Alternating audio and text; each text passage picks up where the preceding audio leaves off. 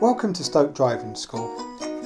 Your tuition car is a Nissan Leaf, all-electric vehicle, meaning as you learn you don't pollute. Starting your tuition vehicle. Press the button here in the middle console. If you forget that the brakes need pressing, you will get this sign. So press the pedal and then the dashboard will light up with this sign of the car and a green arrow. Selecting the gear. For park, just press.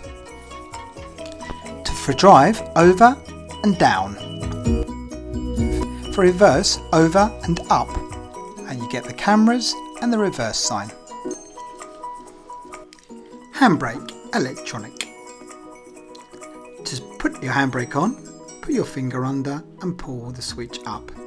If you need to take it off, you just push down.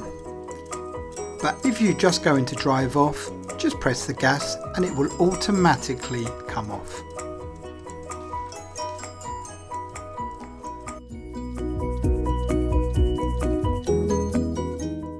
It's time to relax and get ready for your first driving lesson. In the knowledge that you are a zero emission driver while you learn.